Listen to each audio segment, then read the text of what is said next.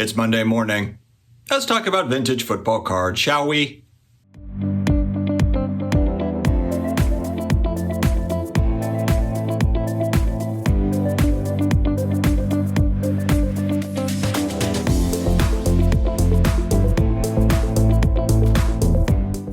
Hello to all my sports card collector, investor, all my collectibles friends. We are here again for another episode. It is Monday morning, actually filming this on Sunday night, so trying to hold back the tears because Luka and the Mavs just got knocked out.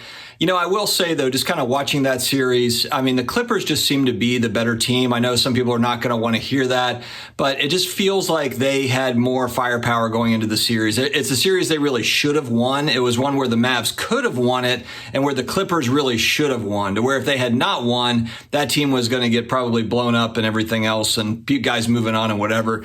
Luka needs another, they need help. I mean, it was like the overarching storyline. I think every sports blogger, analyst, anywhere said it. Luka just needs more help. So that's where we are with the Mavs. But this episode is not about Luka and basketball. We are talking about vintage football cards today. We're going to take a look at some recent pricing, analyze it, talk about it for 4 important vintage football card players. Before I dig into it, please hit the subscribe button, the like button, the notification bells, all the things. We are almost to 11,500 subscribers. The community is growing, and it's an awesome community. So thank you very much for being here to talk about cards, talk about all things collectibles. All right, guys, in today's video, we're going to be using the card ladder and the market mover data tools, So I use both of these tools because there are cards that are in market movers that are not in card ladder and vice versa. I like the functionality of both tools. And as always, I'll say this is just a snapshot of kind of the market on these cards. This is not including private sales, not including Facebook sales, Twitter sales, IG sales, etc. And so it gives us kind of an overview, but it's not going to include every single sale. It would be impossible for data tools to capture every single sale. There's a lot of private sales, I would assume, that happen that are just not accounted for, but at least gives us some idea of kind of what we're working with here. All right, the first card we're going to talk about is the 57 Topps Bart Starr rookie card, the all-time great Green Bay Packer. We talk a lot about Aaron Rodgers and Brett Favre, Don Mikowski.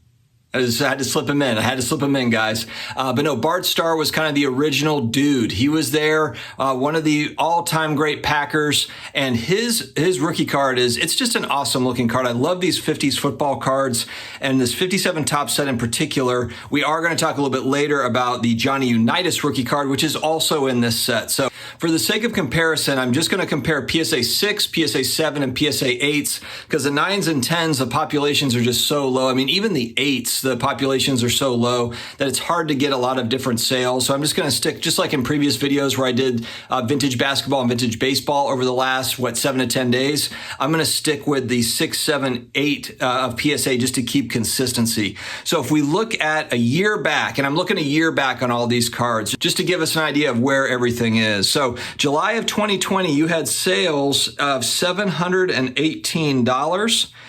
In a PSA 6, the population is 435. It looks like for PSA 6 currently.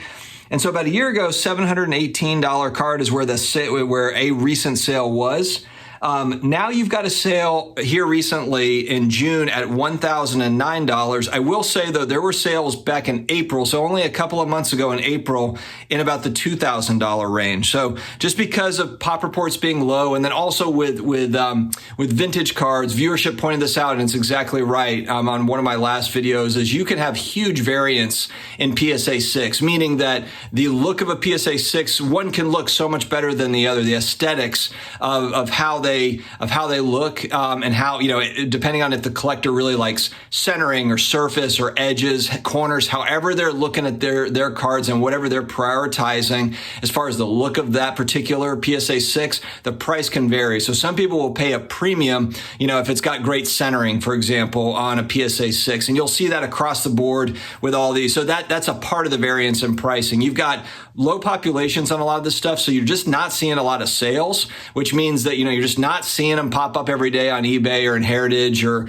Golden Auctions, especially when we talk about the PSA 8s. And so that's where you get it. You've got low population. They're not sold every day. And then with vintage cards, you've really got hardcore collectors that are looking for specific things and will pay a premium for those specific items. And a PSA 7, this card, a year ago at $1,650, there was a sale. Currently, this thing is right in the $4,200 to $5,300 range is where we've seen some recent sales. So that one is still up quite a bit over the last year, just year over year. And then the PSA 8 population is only 93 in a PSA 8, and for the PSA 7, 319 in the population. So PSA 8's at 93.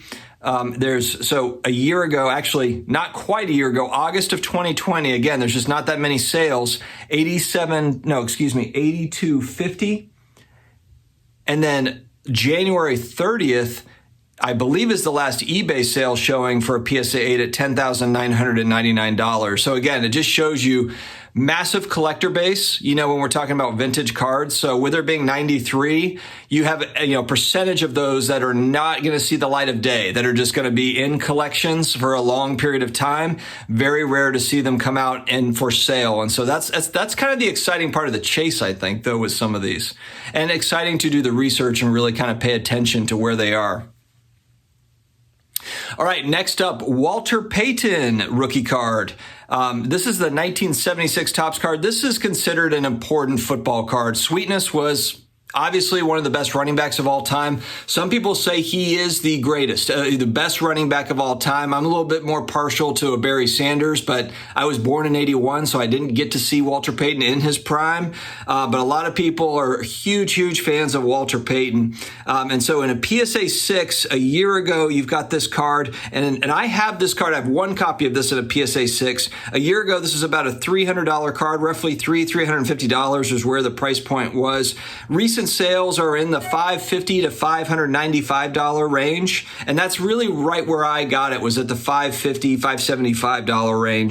In Dallas, I saw a PSA 10 of this card. It was unbelievable looking. I remember because I look at my PSA 6 quite a bit, and the PSA 10 that they had was unreal. And there's only about 50 on the population report. They were selling it, I think, for $75,000, $80,000. It was a really amazing copy, obviously being a PSA 10. All right. And then a PSA 8, population 2,651.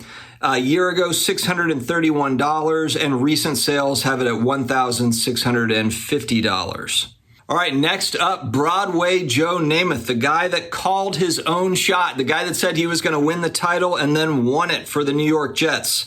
65 Topps Tall Boy rookie card, just a beautiful card. I tried to get this card a few years ago, and it was still, I felt like it was outside of my price range, a few years back, and then now, of course, prices are a lot higher than where they were. But yeah, PSA 6 for this card. A year ago at $3,500. Recent sales have it at about $6,600. Population 317 in a PSA 6.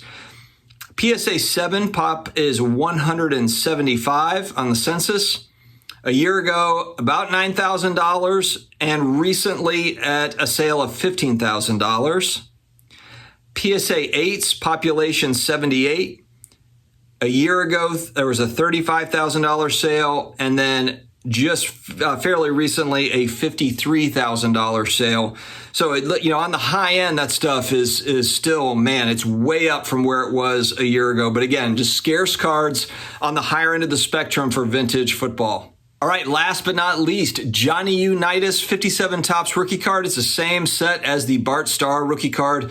Unitas, one of the all-time great Colts QBs. Again, didn't get to see him play, but deep respect for the old timers, for kind of the guys that started the league. This was before the NFL was big money business, and these guys really paved the way, working second jobs in the summers and stuff like that. It's kind of unbelievable, really, considering, just the love of the game they must have had, because they didn't have the same kind of padding. They didn't have the same sort of safety protocols in place back in the 60s, 70s, 80s, etc. So just unreal.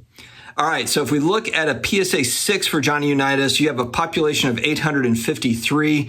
2020, about a year ago, $565. Here recently, we see a $1,300 sale. In a PSA 7, you've got population 562. A year ago, a sale of $2,160. Here recently at $3,051. And then the big bad boy, the PSA 8, population 189. A year ago, $6,100. And then recently, we have a sale of $16,000.